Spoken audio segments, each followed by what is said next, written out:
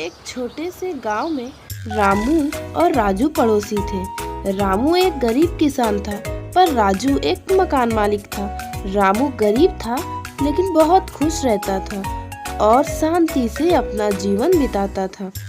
रामू को ज्यादा चिंता नहीं थी, वो गरीब था इसलिए अपने घर के खिड़की दरवाजे खुले रखकर ही कहीं चले जाता था। राजू हमेशा ही बहुत चिंतित रहता था। वो अपने घर की खिड़की और दरवाजे बंद रखता था।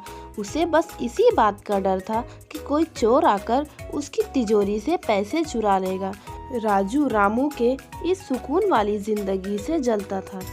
एक दिन राजू ने रामू को अपने घर बुलाया और उसे पैसों से भरा बक्सा हाथ में दिया और कहा, मेरे भाई राजू, मैं बहुत पैसे वाला हूँ और तू गरीब है। ये पैसों से भरा बक्सा तू अपने पास रख और अपने घर ले जा। रामू वो पैसों को लेकर अपने घर गया और वो पूरे दिन बहुत ही खुश था।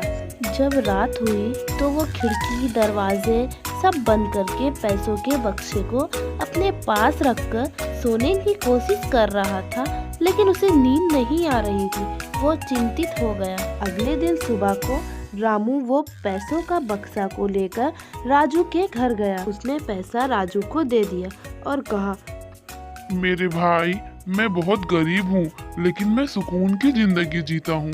जब से ये पैसा मेरे पास आया है मुझे नींद भी नहीं आ रही है। तू तेरे पैसे वापस ले ले। ये सुनकर राजू को समझ आई कि जिंदगी में पैसा ही सब कुछ नहीं होता, जितना है उतने में ही खुश रहना चाहिए।